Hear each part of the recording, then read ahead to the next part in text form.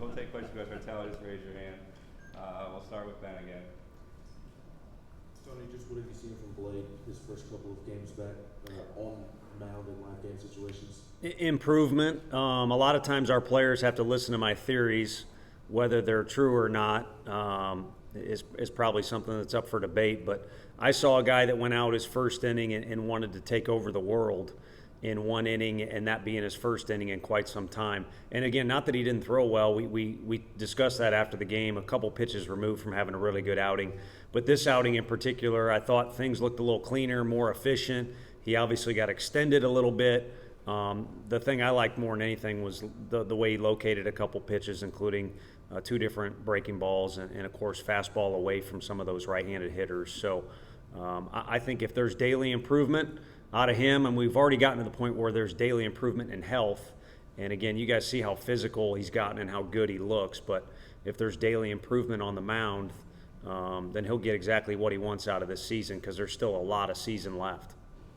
Both Evan and Jordan have talked about cutter, slider, the Will Mabry's added. Just how has that kind of changed his effectiveness this year? I think it's been one difference maker for him, because when he first got here, the breaking ball would kind of pop up out of his hand, and the command was suspect. All these hitters are so good at making adjustments or reacting, and the less time they have, it's one reason why Ben Joyce is exciting for fans to watch. But as a hitter, if he does start mixing in those off-speed pitches, you have so little time to adjust. But when it's kind of a loopy breaking ball, it doesn't work as well for a lot of guys, and so it's gotten sharper. Kind of two different looks. You brought up the cutter, so it's been one of many difference makers, and it's one that stands out to our kids.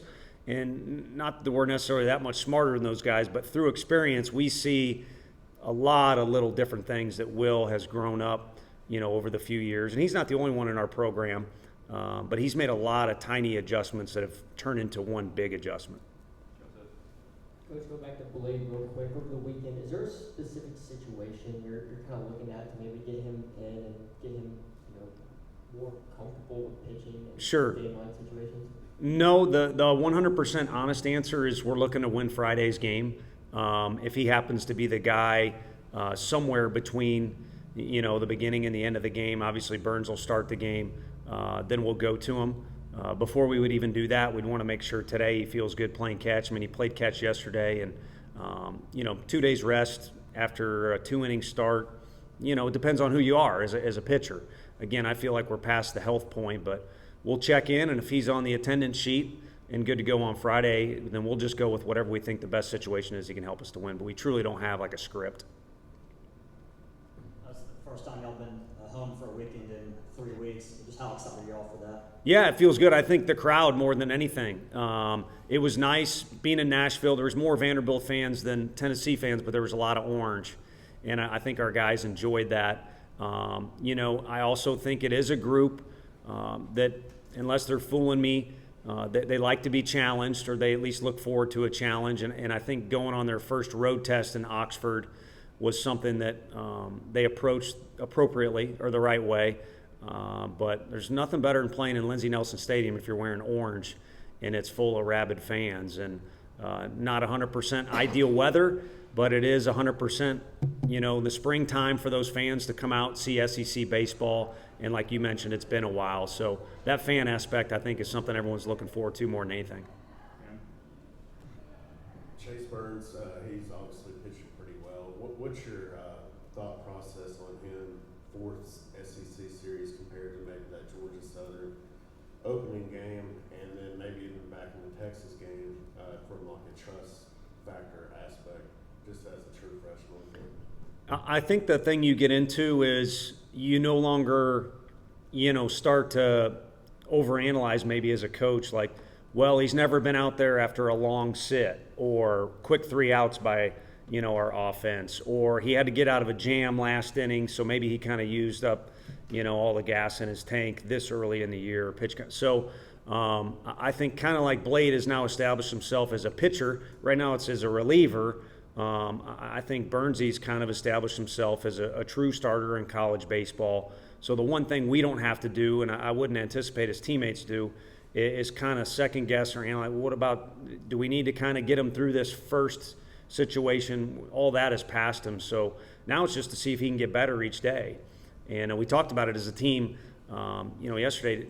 Get better each day doesn't mean necessarily if you threw a no-hitter, which no one's done on our team, then you got to throw a perfect game, and then I don't know where you go from that if your theory is to get better. It's just to get better at handling a bunch of different situations. And each week you play, there's going to be a new situation. Every time you come to the ballpark, you see something new. Last Friday is a decent example.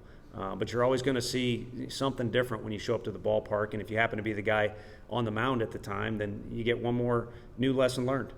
Mike and then Wes.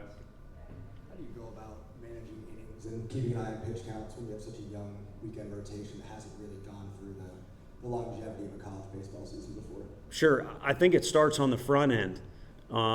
Relative to other teams that I've been a part of, Coach Anderson is pretty methodical about how he brings guys along in the winter, which is technically our spring training. So it starts there, and it's a slow buildup. And then again, on the front end, I don't think you see us pushing our guys too much.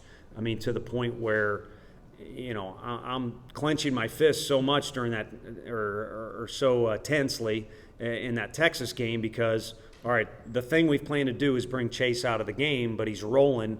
Do we want to put the pedal to the metal? And at that particular time, it doesn't make sense. So, again, I think it's all on the front end. It's a slow buildup. We're still in the process of doing that.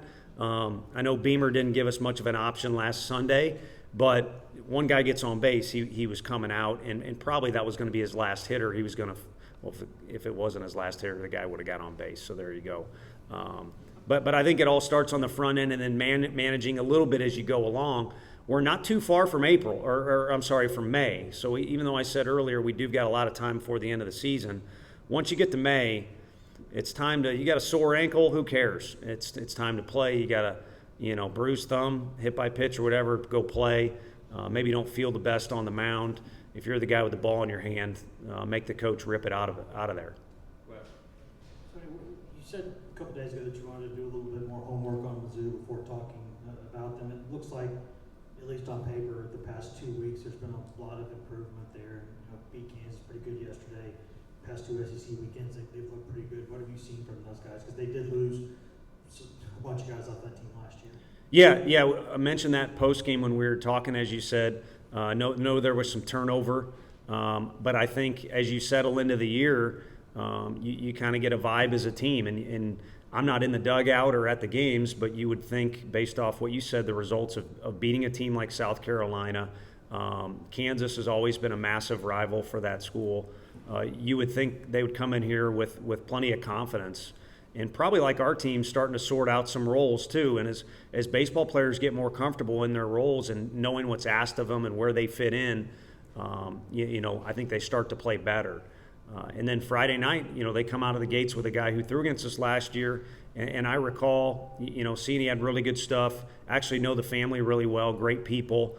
Had a brother that was a really good pitcher too. So you'd like to look at the weekend as a whole and kind of start thinking matchups and what might this team do. You're kind of referring to a scouting report thing. But at the end of the day, what we want to do is win the first inning. And like I said, it'll be Burnsy for them. And then, I assume it'll be Miles, a pretty talented righty, against us. Tony, with Evan earlier mentioned that, when some teams get that number one ranking, by then they start pressing, playing a little tighter. What's it been like for you just to watch how you guys have played with such poise and confidence so far with that ranking?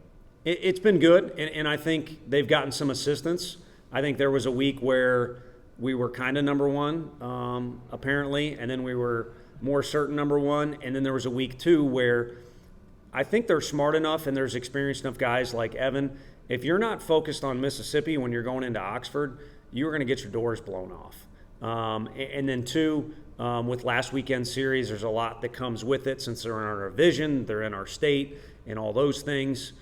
So call them distractions if you want, but I think in our case it's been more of something that's brought our focus to more of a heightened sense of awareness. And when you're focused on things that you're looking to do, you really don't have time for some of that. And trust me, it's there, and I see them on their phone nonstop. I mean, they hang out at the stadium all the time, and they're on their phones just as much as any of us are. So it's out there, and they know it. And regardless whether the media thinks you stink or they think you're good or somewhere in between, it's not going anywhere. So you might as well read it and accept it, and then also come game time, push it to the side, because it's not going to have anything to do with either beating or losing to Missouri or any other team in our league. All right, we have time for 3 more. Ryan, Joseph, Jackson, and finish.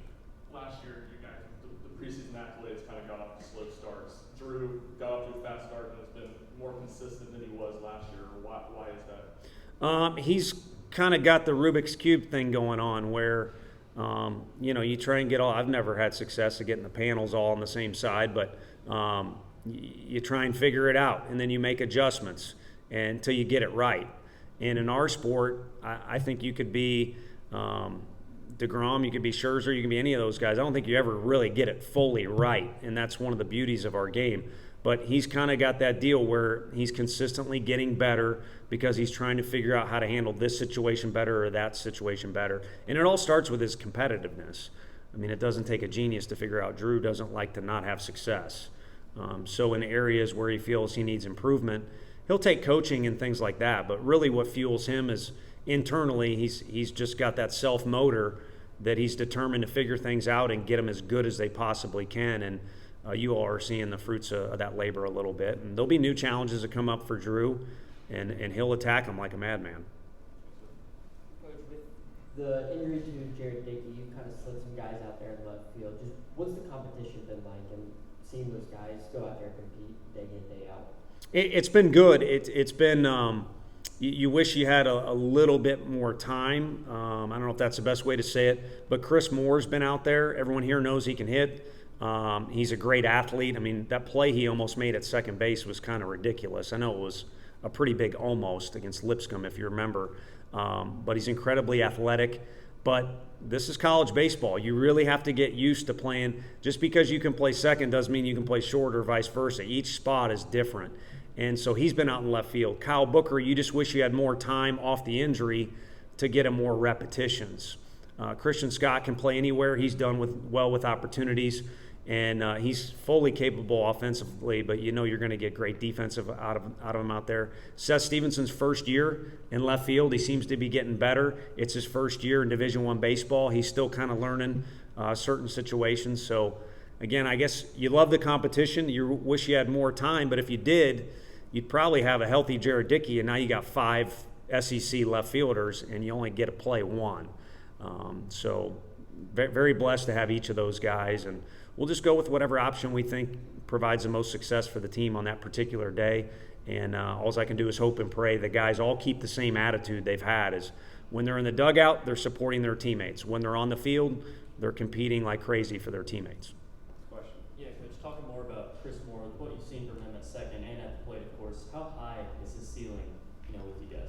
I think like most freshmen that play in the SEC, if you do it by number, I think in recruiting, every kid wants to envision themselves on the field, and nobody decommit or anything like that. But reality is it's tough to play in the SEC as a freshman. That's why you sign up to go play in the SEC. It's tough, and it's the best challenge you're going to face until you can get to a Braves uniform or the Red Sox or whoever it might be.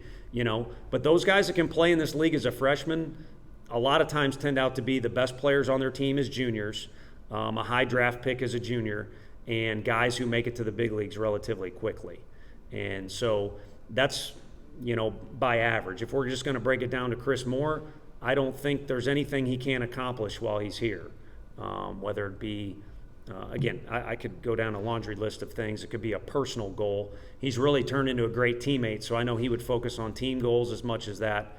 But he's capable of anything, and I'd say the same about any freshman out there. Braswell for South Carolina is just one that comes to mind right away. But any freshman out there that's playing in our league or pitching in our league at a high level, right now you're a dude. We'll see if you can keep it that way.